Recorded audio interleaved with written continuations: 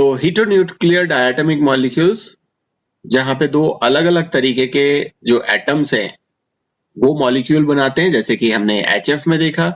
यहाँ पे दोनों एटम्स डिफरेंट हैं, इनके एटॉमिक ऑर्बिटल्स डिफरेंट हैं, एक जगह 1s है, एक जगह जो है 2p काम आएगा बॉन्ड बनाने में, और इनकी जो एनर्जीज होंगी वो भी क्या होंगी, डिफरेंट डिफरेंट होती है।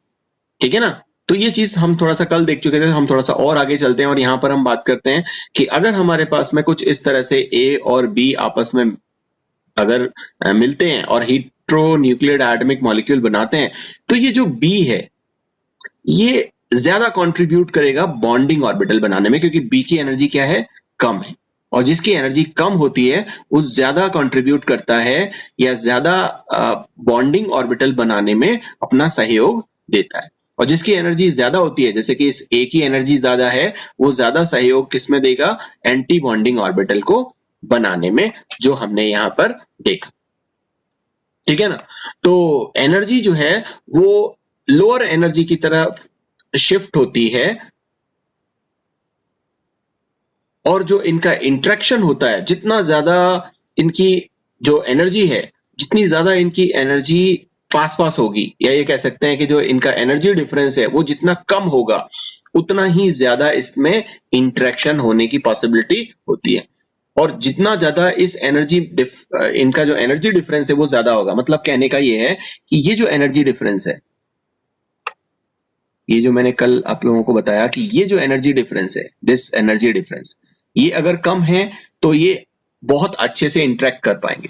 लेकिन अगर इनकी एनर्जी डिफरेंस क्या होगा, ज्यादा, जैसे इसमें अगर हम देखें तो यहाँ एनर्जी डिफरेंस क्या है, बहुत ज्यादा है, तो अगर इसका एनर्जी डिफरेंस ज्यादा होगा तो इनका कंट्रीब्यूशन क्या होगा, या इनका जो इंटरेक्शन होगा वो क्या होगा, कम होगा। और एनर्जी डिफरेंस अगर बहुत ज्यादा हो जाता है तो वो कोई इंटरेक्शन नहीं करते, और वो क्या बनाते हैं, नॉन बॉन्डिंग ऑर्बिटल्स बनाते हैं। ये जब अभी इसका मॉलिक्यूलर ऑर्बिटल डायग्राम जब हम प्रॉपर बनाएंगे हाइड्रोजन फ्लोराइड का, उस समय थोड़ा सा हमें और समझ में ये चीज आएगी।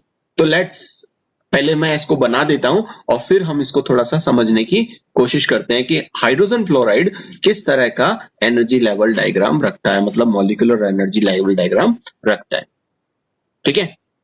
सो लेट्स से कि ये हमारे पास में 1s, ये हाइड्रोजन है एक्चुअली, और ये हाइड्रोजन का 1s ऑर्बिटल है। ठीक है। और यहां पर हम कहते हैं कि साहब ये जो है, ये हमारे पास में 2p ऑर्बिटल्स हैं, किसके, फ्लोरीन के।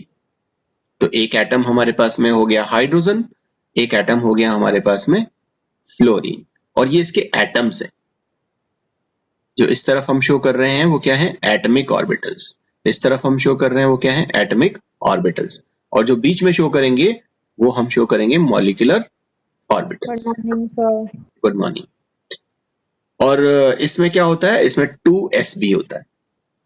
ये जो है इसको हम बोल देते हैं, ये फ्लोरीन का ही 2s है। क्योंकि अगर हम हाइड्रोजन की बात करें तो हाइड्रोजन क्या दिखाता है, 1s1। फ्लोरीन की अगर हम बात करें तो फ्लोरीन क्या दिखाता है, 1s2, 2s2, 2p5। सो ये शेल है हमारा आउटर शेल, तो इसमें 2s भी है और 2p भी है, तो हमने ये 2s भी दिखाया है और हमने ये 2p भी दिखाया। ओके। तो ये फ्लोरीन का, तो ये फ्लोरीन के एटॉमिक ऑर्बिटल्स 2s और 2p, और ये हाइड्रोजन का एटॉमिक ऑर्बिटल 1s। ठीक है। तो ये जो 2s है, ये तो किसी के साथ में कोई इंटरेक्शन नहीं दिखाएगा, ठीक है ना, और इसकी एनर्जी जो है वो लगभग कंपैरेबल रहेगी। तो यहां एक इस तरह का ऑर्बिटल हमारा बन जाएगा, ठीक है ना, इस तरह से।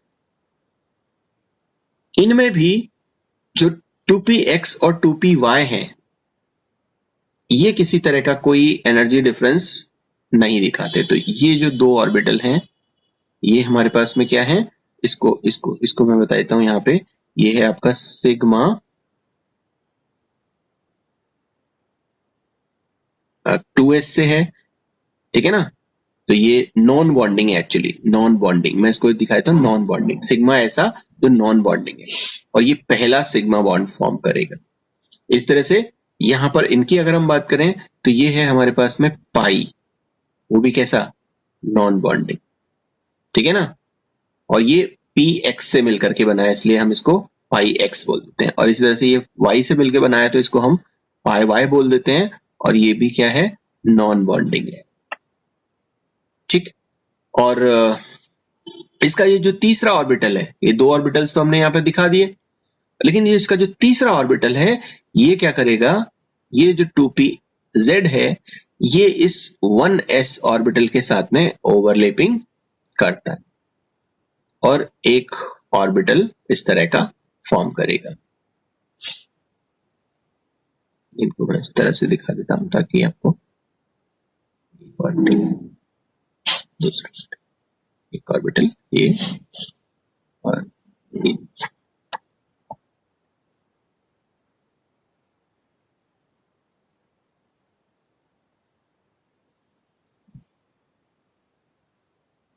तो ये इस के साथ में कंबाइन होगा तो ये इसका बनाएगा क्या, बॉन्डिंग ऑर्बिटल। ये भी क्या है, ये बॉन्डिंग है इसलिए सिग्मा, ये सेकंड का है, और इसका ये बनाएगा एक एंटी बॉन्डिंग कुछ इस तरह से, और इसे हम बोल देते हैं ये तीसरा सिग्मा बॉन्ड फॉर्म करेगा, है ना। इसको हम बोलेंगे एंटी बॉन्डिंग, मतलब सिग्मा स्टार। तो ये हमारे पास में है बॉन्डिंग ऑर्बिटल और ये हमारे पास में है एंटी बॉन्डिंग ऑर्बिटल, ठीक है। सो जो एनर्जीज हैं 2s और 2p की, ये कम है किससे, इस 1s से। आप ये देखो 1s की एनर्जी जो है वो इतनी है, और ये 2p की एनर्जी यहाँ पे, और 2s की एनर्जी यहाँ पे। तो ये दोनों की दोनों एनर्जीज जो हैं 2s और 2p, इन दोनों की एनर्जीज इस 1s से क्या है, कम है, नीचे की तरफ है, ओके। और जो 1s है हाइड्रोजन का, ये जो हाइड्रोजन का जो 1s है ये सिमेट्री अलाउड है ना, ये 2s के साथ में भी और 2pz के साथ में भी। और जो इंटरेक्शन होगा 1s और 2s का, अब देखो ये है 1s और ये है 2s, इनकी एनर्जी डिफरेंस क्या है, काफी ज्यादा एनर्जी डिफरेंस है, यहां से लेकर के और यहां तक का एनर्जी डिफरेंस है। तो ये ज्यादा एनर्जी डिफरेंस होने की वजह से ये इंटरेक्शन नहीं करते, तो इनका इंटरेक्शन हमने दिखाया भी नहीं है। इस 1s का साथ इस 2s का इंटरेक्शन नहीं दिखाया हमने, किसके साथ दिखाया है, इस 1s का इंटरेक्शन दिखाया है हमने 2pz के साथ, ठीक है ना। और जो 1s और 2s का जो इंटरेक्शन है वो भी क्या है, आ गया, ये 1s और जो 2s है उसका इंटरेक्शन क्या है, काफी ज्यादा है ना। लार्ज इंटरेक्शन होने की वजह से हमने इस इंटरेक्शन को शो नहीं किया। तो कुछ इस तरह का एनर्जी लेवल डायग्राम हमें यहाँ पर इस में देखने को मिलता है। और अगर हम इसके मॉलिक्यूलर ऑर्बिटल इलेक्ट्रॉनिक कॉन्फ़िगरेशन की बात करें, जो मॉलिक्यूलर ऑर्बिटल इलेक्ट्रॉनिक कॉन्फ़िगरेशन है, कॉन्फ़िगरेशन, वो क्या होगा, वो आप यहां पर लिख सकते हो कि किस तरह से इसमें इलेक्ट्रॉन फिल होंगे। तो जाहिर सी बात है, देखो 1s में कितने इलेक्ट्रॉन होते हैं, 1। मैं यहां पर डिफरेंट कलर में लिख लेता हूं,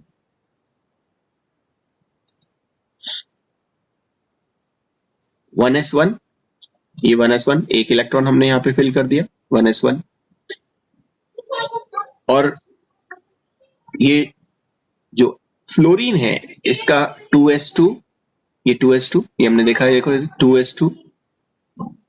और 2p5 है, तो हम ये हमारे पास में यहाँ 2p5 हम यहाँ फिल कर देते हैं, तो पहले एक फिल होगा, फिर दूसरा फिल होगा, फिर तीसरा फिल होगा, फिर चौथा फिल होगा, फिर पांचवा फेल होगा, और एक जो इसके पास क्या बचेगा, एक ये बचेगा जिसके पास में सिर्फ एक अनपेयर्ड इलेक्ट्रॉन प्रेजेंट है। तो ये जो एक अनपेयर्ड इलेक्ट्रॉन प्रेजेंट है यही एक्चुअली में क्या कर रहा है, इस 1s के साथ में कंबाइन हो रहा है। तो मैं इसको थोड़ा सा ऐसे दिखा देता हूं उल्टा, कि ये पेयरिंग जो है वो यहां हो जाती है और ये अनपेयर्ड रह जाता है, ठीक है ना।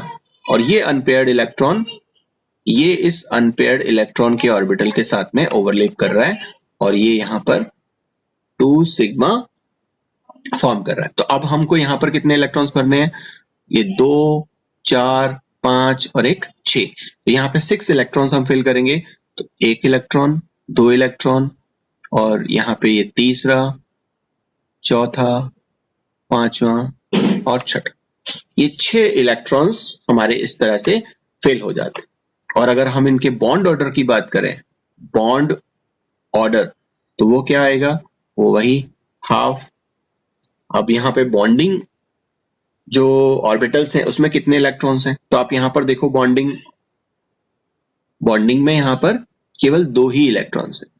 ये जो, अच्छा यहाँ पे 2 इलेक्ट्रॉन और आएंगे, लेकिन ये कैसे है, नॉन बॉन्डिंग, ये बॉन्ड बनाने में पार्टिसिपेट ही नहीं कर रहा। देखो ये किसी के साथ में भी कंबाइन नहीं हुआ है ना, ये इसके साथ कंबाइन नहीं हुआ इस हाइड्रोजन के ऑर्बिटल के साथ में, तो ये बॉन्ड बनाने में पार्टिसिपेट नहीं कर रहा है, ये नॉन बॉन्डिंग है, ठीक है ना। और हम यहाँ पर क्या लिखते हैं, बॉन्डिंग ऑर्बिटल्स के इलेक्ट्रॉन्स। तो बॉन्डिंग ऑर्बिटल्स के इलेक्ट्रॉन्स कितने हैं हमारे पास में, बॉन्डिंग ऑर्बिटल्स के इलेक्ट्रॉन्स हैं हमारे पास में केवल 2, ये वाले जो 2, ये दीज 2, तो 2।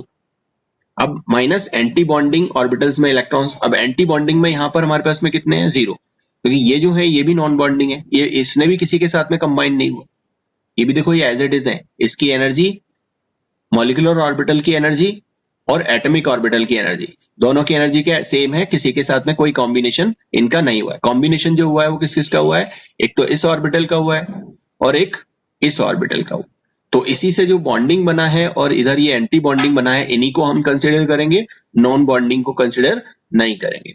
तो ये हमारे पास में 2 इलेक्ट्रॉन्स तो हैं इस बॉन्डिंग ऑर्बिटल में और 0 इलेक्ट्रॉन्स हैं इस एंटी बॉन्डिंग में, तो हम यहाँ पर क्या शो करेंगे, एंटी बॉन्डिंग में 0।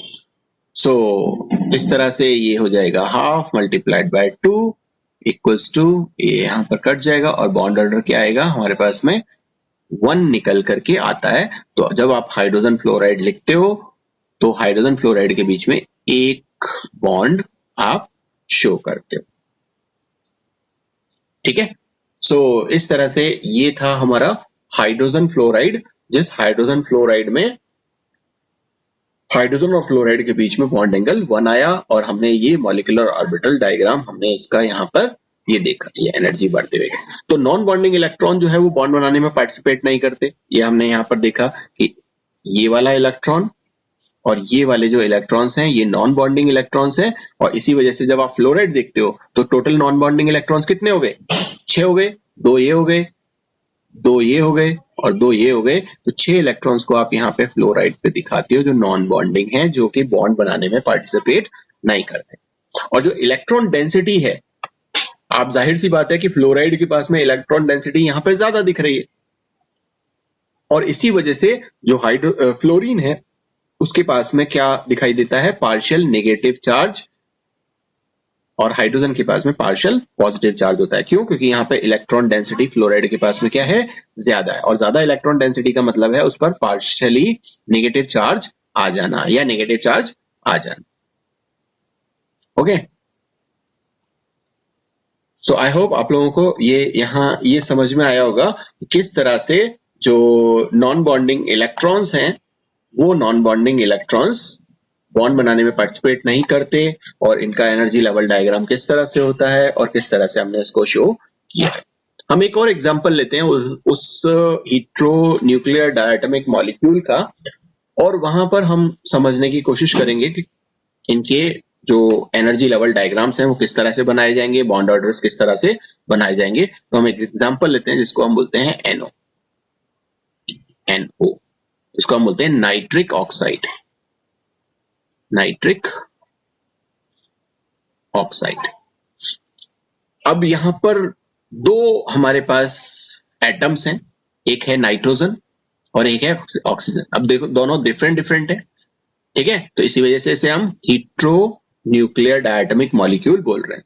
अगर इनकी इलेक्ट्रोनेगेटिविटी की बात करें तो नाइट्रोजन की इलेक्ट्रोनेगेटिविटी जो है वो करीब 3 होती है और ऑक्सीजन की इलेक्ट्रोनेगेटिविटी 3.5 होती है, ठीक है ना। लेकिन अब आप देखो कि ये 3 इलेक्ट्रोनेगेटिविटी रखता है, इलेक्ट्रोनेगेटिविटी, और ये 3.5 इलेक्ट्रोनेगेटिविटी रखता है। तो ऑक्सीजन और नाइट्रोजन की इलेक्ट्रोनेगेटिविटी में कोई ज्यादा डिफरेंस नहीं है। तो इसका मतलब क्या हुआ, जब इलेक्ट्रोनेगेटिविटी में डिफरेंस नहीं है तो इनका जो मॉलिक्यूलर ऑर्बिटल डायग्राम आएगा या इनके जो मॉलिक्यूलर ऑर्बिटल्स आएंगे वो वैसे ही होंगे जैसे कि होमोन्यूक्लियर डायटमिक मॉलिक्यूल में हमें देखने को मिले थे। क्योंकि देखो, जब हम हाइड्रोजन हाइड्रोजन का लिखते हैं या बोरॉन बोरॉन का लिखते हैं या कार्बन कार्बन का लिखते हैं या नाइट्रोजन नाइट्रोजन का लिखते हैं या ऑक्सीजन ऑक्सीजन का लिखते हैं, तो यहाँ पर हमारे पास में क्या है, इनकी एनर्जी जो इलेक्ट्रॉन नेगेटिविटी है वो सेम है।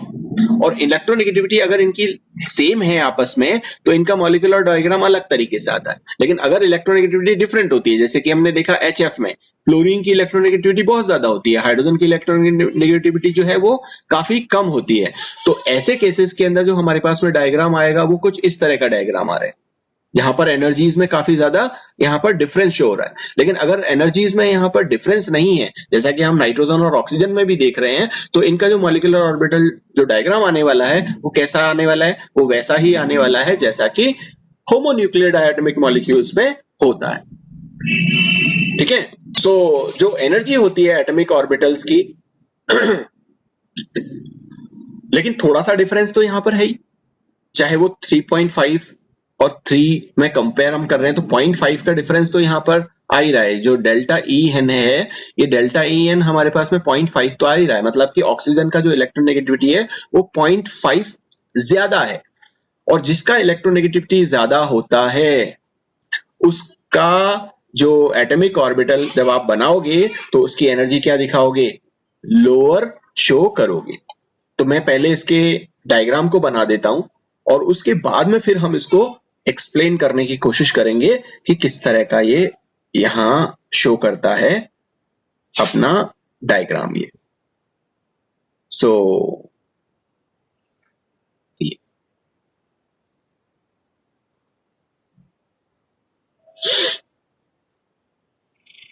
2s और ये भी 2s। माइंड इट, ये ऑक्सीजन एटम है और ये इस तरफ नाइट्रोजन एटम है। ठीक है, ये आपस में कंबाइंड होगा, एक बॉन्डिंग बनाएगा और एक एंटी बॉन्डिंग बनाएगा।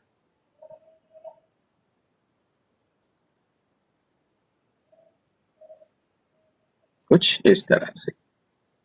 तो ये सिग्मा 2s और ये सिग्मा स्टार 2s। इसी तरह से हम यहां पर बात करेंगे तो ये हो जाएंगे इसके p ऑर्बिटल्स और ये हो जाएंगे इसके p ऑर्बिटल्स और ये आपस में क्या होंगे, कंबाइन।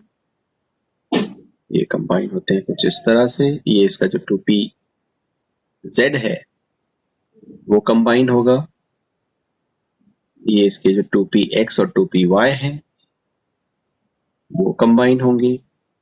इसी से इनके जो एंटी बॉन्डिंग है वो बनेंगे और ये एंटी बॉन्डिंग बनी। तो ये जो बना आपका वो क्या बना, ये बना सिग्मा 2pz। ये क्या बना, इसी से सिग्मा स्टार 2pz। ये जो बना ये क्या बना, ये बना पाई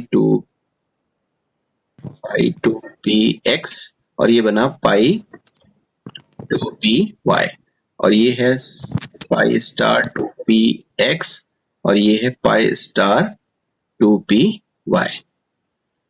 ठीक है, सो कुछ इस तरह से हमारे पास ये डायग्राम आता है और अब हम इस डायग्राम को थोड़ा सा एक्सप्लेन करने की कोशिश करते हैं कि यहाँ पर क्या हमें दिखाई दे रहा है।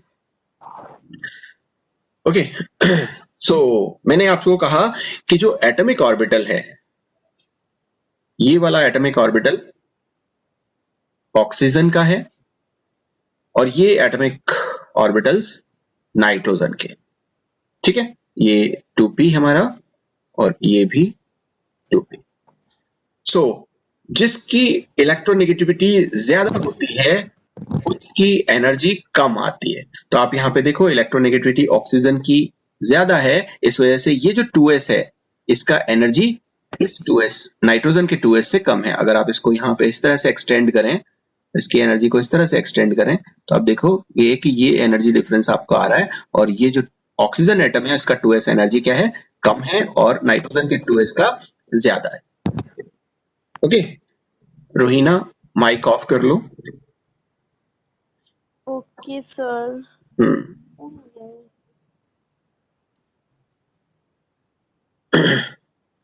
ओके सो अच्छा, जब मॉलिक्यूलर ऑर्बिटल बनेगा तो जिन एटॉमिक ऑर्बिटल्स की एनर्जी कम होगी, जैसे कि यहां पर आप देखोगे कि इस ऑक्सीजन के 2s ऑर्बिटल की जो एनर्जी है वो कम है, तो इसका कंट्रीब्यूशन मॉलिक्यूलर ऑर्बिटल बनाने में ज्यादा होगा, ठीक है ना।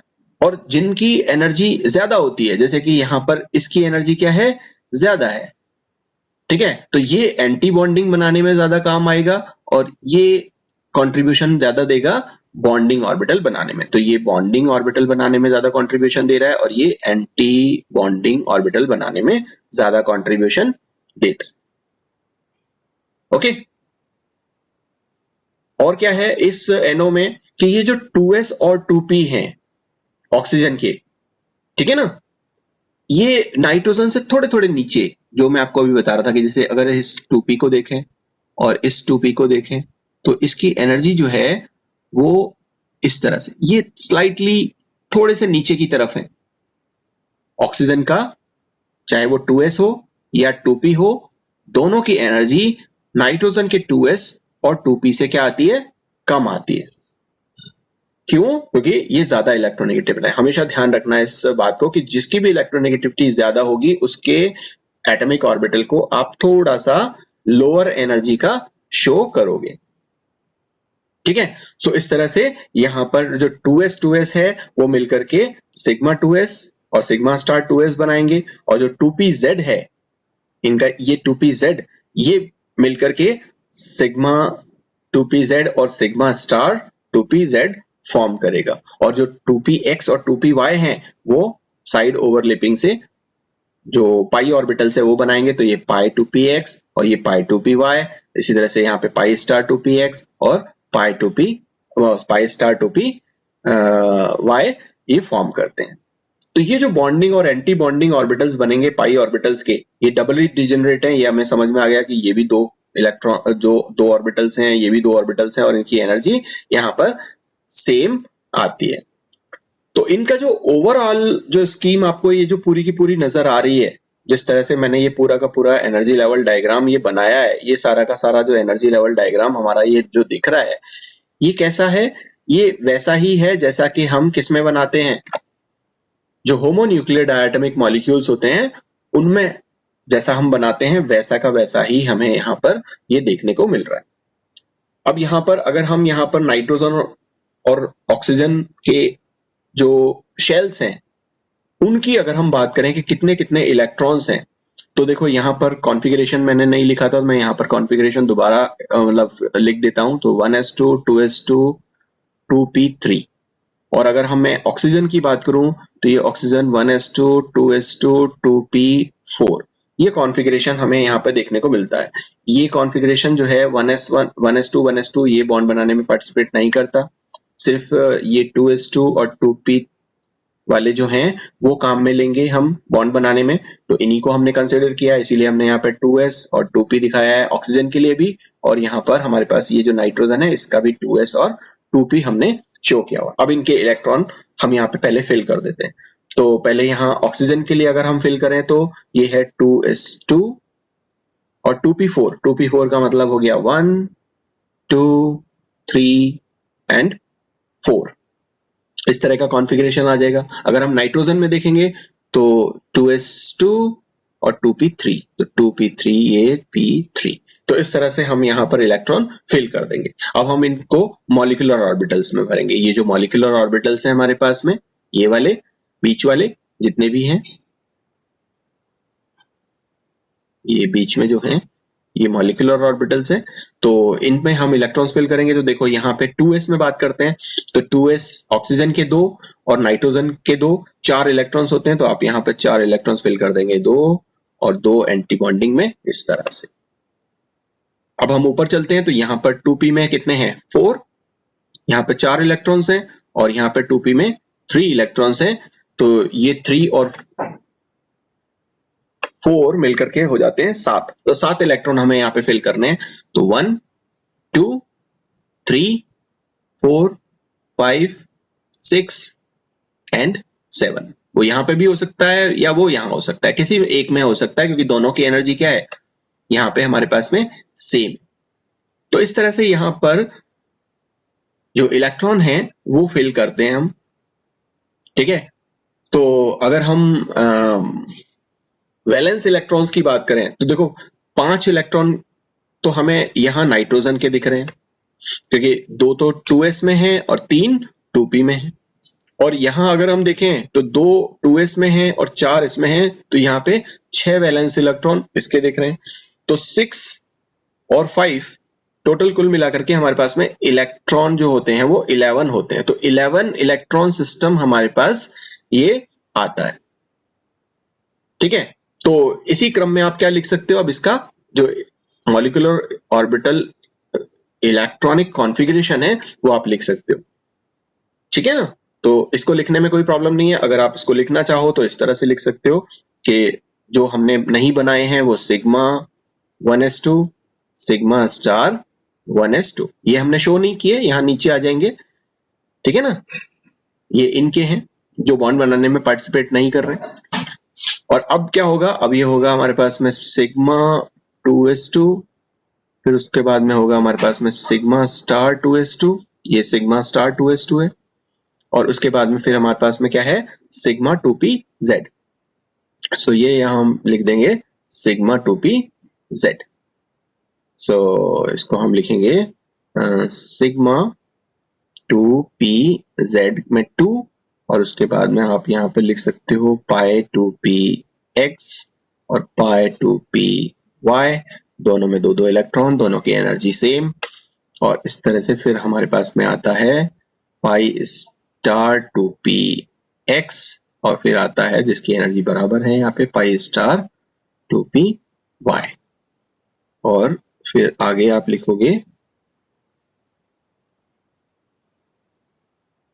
सिग्मा स्टार 2pz, है ना। और यहाँ पर हमारे पास में एक इलेक्ट्रॉन था, वो चाहे आप इस 2px में भर दो या फिर इस 2py में भर दो, ठीक है। अब हम इस कॉन्फ़िगरेशन से इसका अगर बॉन्ड ऑर्डर निकालना चाहते हैं तो बॉन्ड ऑर्डर आप यहाँ पे निकाल लो, बॉन्ड ऑर्डर।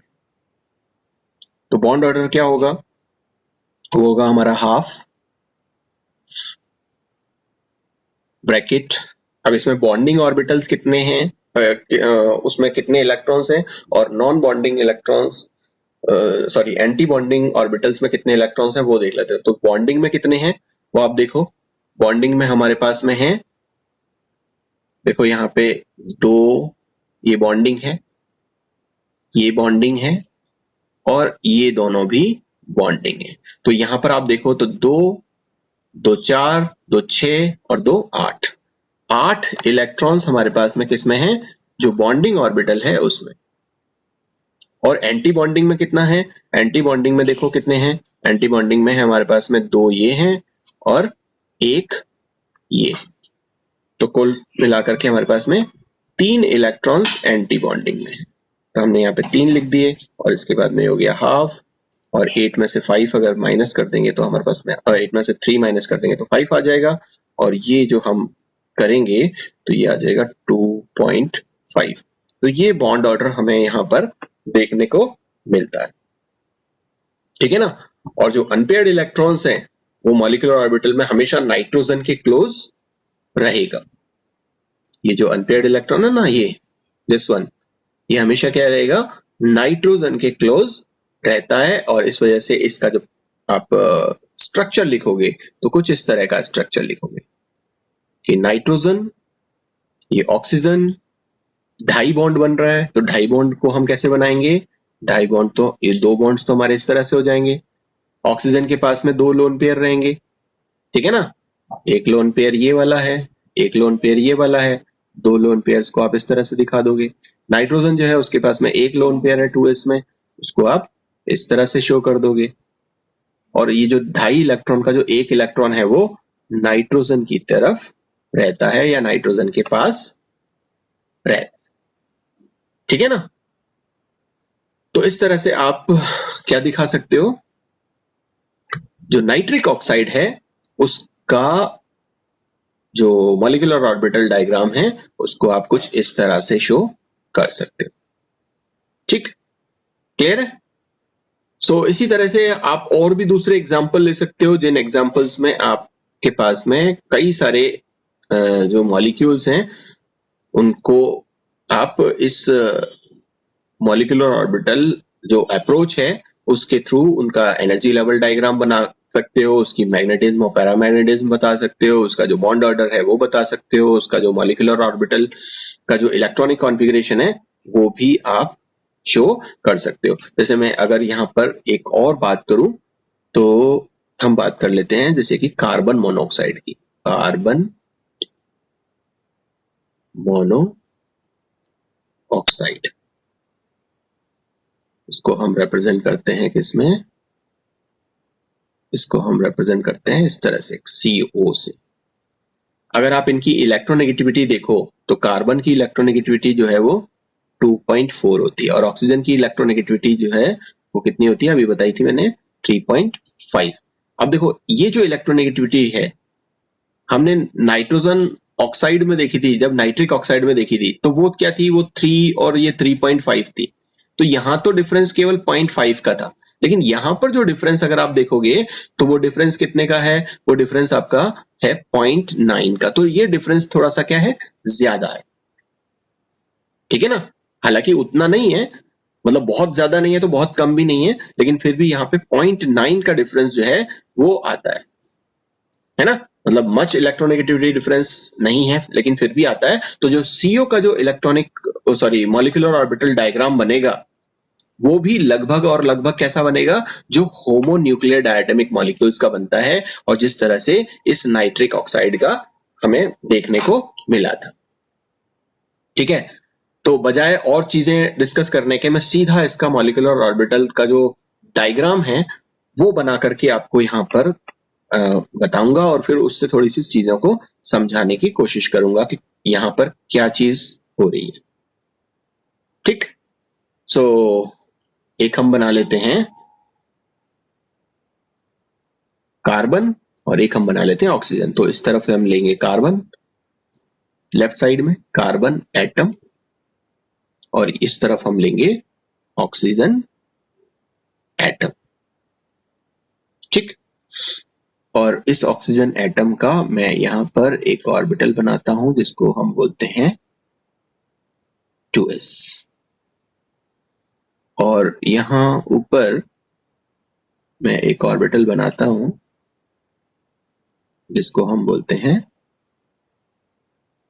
2p, ठीक? अब क्योंकि इसकी इलेक्ट्रोनेगेटिविटी ज्यादा है, ऑक्सीजन की इलेक्ट्रोनेगेटिविटी ज्यादा है, इस वजह से इसको क्या रखेंगे हम? नीचे। और कार्बन की इलेक्ट्रोनेगेटिविटी कम है और देखो डिफरेंस थोड़ा सा ज्यादा है, इसलिए यहाँ पर जो कार्बन का जो इलेक्ट्रॉन कॉन्फ़िगरेशन है, अब जैसे मैं यहाँ कॉन्फ़िगरेशन भी लिख देता हूँ, ये 1s2 2s2 2p2, और यहाँ पर ऑक्सीजन की अगर हम बात करें तो ऑक्सीजन का होता है 1s2 2s2 2p4,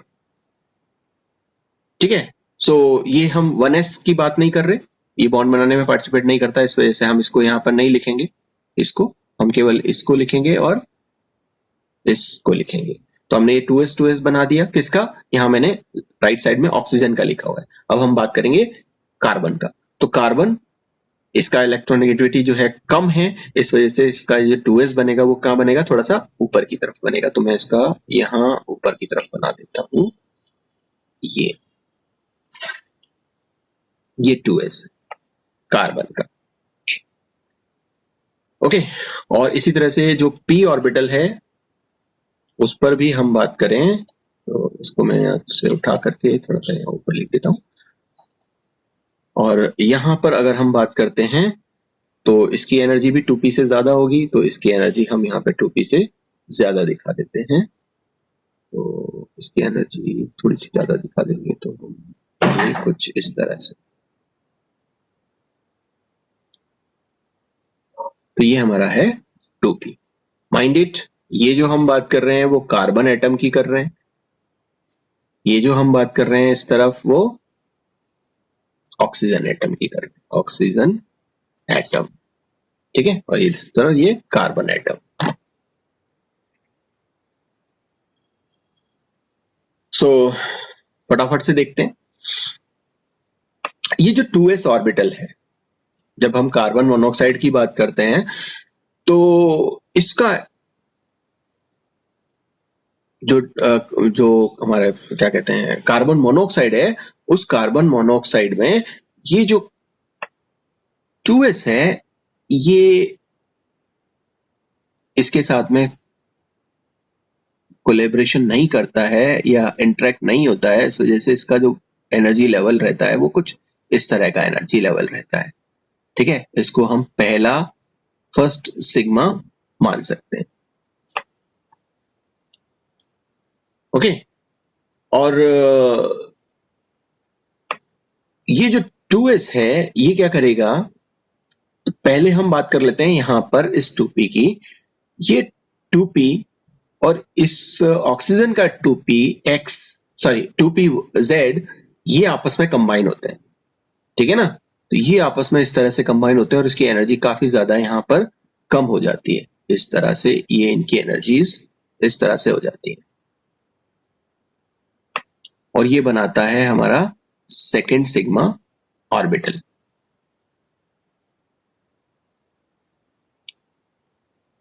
इसका एक जो ऑर्बिटल होगा वो क्या करता है, ये जो दो अब बाकी के जो दो बचते हैं वो दो ऑर्बिटल्स कुछ इस तरह से होते हैं, ये और ये दो ऑर्बिटल्स। और इसी तरह से हम इसके एंटी बॉन्डिंग भी बना देते हैं, वो एंटी बॉन्डिंग कुछ इस तरह से। और ये जो हमारा है इसका एंटी बॉन्डिंग ये कुछ इस तरह से।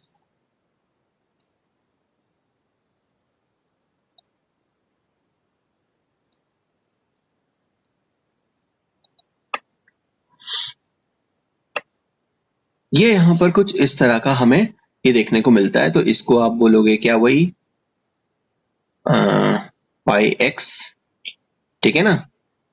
और ये जो है वो हमारा पाई वाई से है, ओके। और ये जो होगा ये जाहिर सी बात है पाई 2p x से है, 2p x और ये पाई 2p y से। इसी तरह से ये जो होंगे वो होंगे पाई स्टार 2p x और ये होगा पाई स्टार 2p y, ठीक है। ये हमारा फर्स्ट सिग्मा बना रहा था, ये हमारा सेकंड सिग्मा बना रहा है। और यहाँ पर एक और ऑर्बिटल, क्योंकि ये बॉन्ड बनाने में पार्टिसिपेट नहीं किया ना ये वाला यहाँ पे, लेकिन ये इसके साथ इसके एक ऑर्बिटल के साथ में 2p के साथ में ये क्या करेगा, इंटरेक्ट करता है। ये 2p ऑर्बिटल के साथ में इसका इंटरेक्ट करेगा और इसका भी एक इंटरेक्ट करेगा,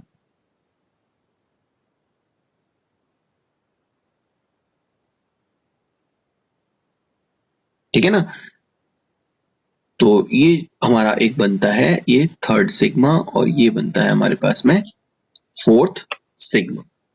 तो इस तरह का कुछ एनर्जी लेवल डायग्राम हमें देखने को यहाँ पे मिलता है, किसमें, ये कार्बन मोनोऑक्साइड में। और अगर आप इसके इलेक्ट्रॉन कॉन्फ़िगरेशन को यहाँ पे भरो तो ये हो जाएगा 2s2 और ये हो जाएगा 2p2। यहाँ पर अगर आप ऑक्सीजन में देखेंगे तो ये 2s2 और ये 2p4, ये 2p4। तो टोटल हमारे पास में कितने वैलेंस इलेक्ट्रॉन्स हैं?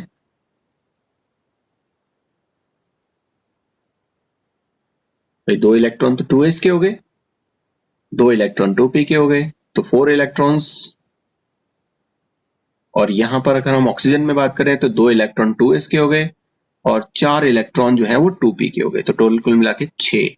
ये हमारे पास में 10 वैलेंस इलेक्ट्रॉन्स यहाँ पे कार्बन मोनोऑक्साइड में होते हैं। अब इन 10 को आप भर दो, ये तो नॉन बॉन्डिंग है, तो ये कुछ इस तरह से ही शो हो जाएगा। यहां पर आप बात करो, अब 10 भरो तो आपके 1 2 1 2 3 4 1 2 कितने हो गए, 2 4 6 8 और 10। तो इस तरह से ये जो 10 इलेक्ट्रॉन्स हैं वैलेंस इलेक्ट्रॉन्स, वो हम इस तरह से यहाँ पे शो कर देते हैं। और अगर आप इसका बॉन्ड ऑर्डर निकालना चाहते हो, बॉन्ड ऑर्डर, तो आप निकाल देते हो हाफ।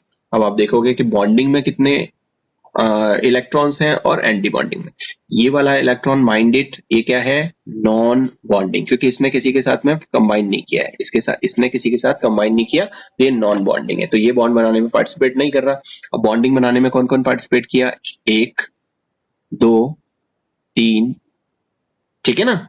और इसने भी बॉन्ड बनाने में पार्टिसिपेट नहीं किया, ये भी सेम इसी की एनर्जी का ही है, ठीक है। तो टोटल कुल मिलाकर के जो बॉन्डिंग इलेक्ट्रॉन्स हैं वो हमारे पास कितने हैं, 6, 1 2 और 3, ये 3 ऑर्बिटल्स में। तो टोटल कुल मिलाकर के यहाँ पे क्या आ जाता है, 6। एंटी बॉन्डिंग में कोई भी नहीं है, सारा का सारा एंटी बॉन्डिंग क्या है, खाली है, तो ये हो जाएगा 0 equals to half multiplied by 6 equals to, इसको जब आप काटोगे तो जो बॉन्ड ऑर्डर आएगा कार्बन मोनोऑक्साइड का, वो बॉन्ड ऑर्डर क्या आएगा, वो आएगा 3।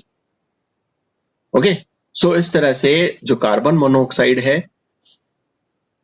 उसका मॉलिक्यूलर जो एनर्जी डायग्राम है वो आप इस तरह से शो कर सकते हो और बता सकते हो कि किस तरह की इसमें जो बॉन्डिंग है वो होगी। इसका अगर मैग्नेटिज्म अगर आपसे कोई पूछता है तो मैग्नेटिज्म आप बता सकते हो, बॉन्ड ऑर्डर निकलवाना पूछता है तो वो बता सकते हो, मॉलिक्यूलर जो इलेक्ट्रॉनिक कॉन्फ़िगरेशन है मॉलिक्यूलर ऑर्बिटल्स का, वो आपसे अगर पूछते हैं तो वो भी आप बता सकते हो, ठीक है। सो आगे की बात करेंगे अब हम